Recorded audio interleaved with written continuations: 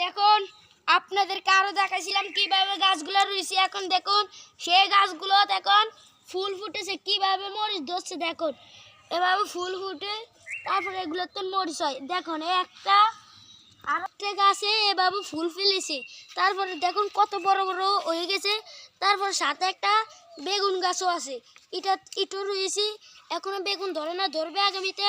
তো গাইস আরও আছে, আপনাদেরকে দেখাচ্ছি। দেখুন আরো কতগুলো বেগুন গাছ আছে। হিটার ঠাইল ফাটাইছে, এই সাইডে একটা বেগুন ধরবে, কতগুলো বেগুন ধরবো। তারপর ফুল ফেলেছে বেগুন গাছ, কত বড় হয়ে গেছে, আমার থেকেও বড় হয়ে গেছে বেগুন গাছটা। তারপর একটা মরিচ গাছ, এটার ঠাইল আল্লাহ দিয়ে মাশাল্লাহ দিলে বাড়িছে।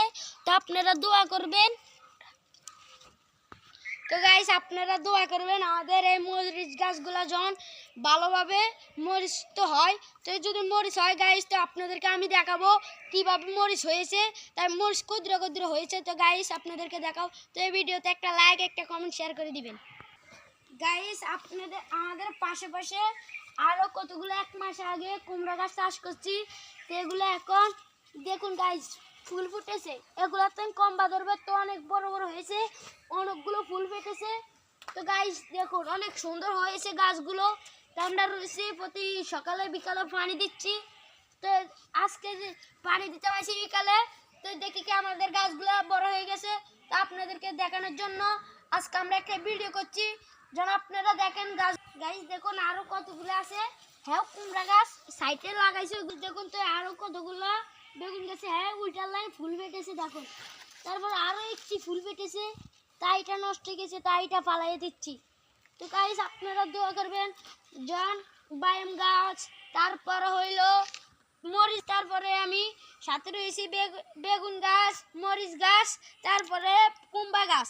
তারপরে গাইস আমি চাচ্ছি আগামীতে বর্ষাতে আমি বড়ি গাছ রুমু, তারপরে কাগজি গাছ রুমু। আরও এই জমিনটাতে আমি আরও ফল পাকা যত আছে তারপর সব আমি রুবো।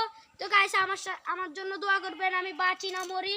তো গাইস আপনারা আমার সঙ্গে থাকবেন, আমি আপনাদের রুয়ে রুয়ে আপনাদেরকে দেখাবো গাইস, রোপণ করে আপনাদেরকে দেখাবো। আরও আমরা কলা চাষ করছি দেখুন গাইস, এই জন্য দেখুন আরও সাথে আছে কলা গাছ। মিনিট করতে বড় করুন গাইস দেখুন এক কলা গাছ চাষ করছি।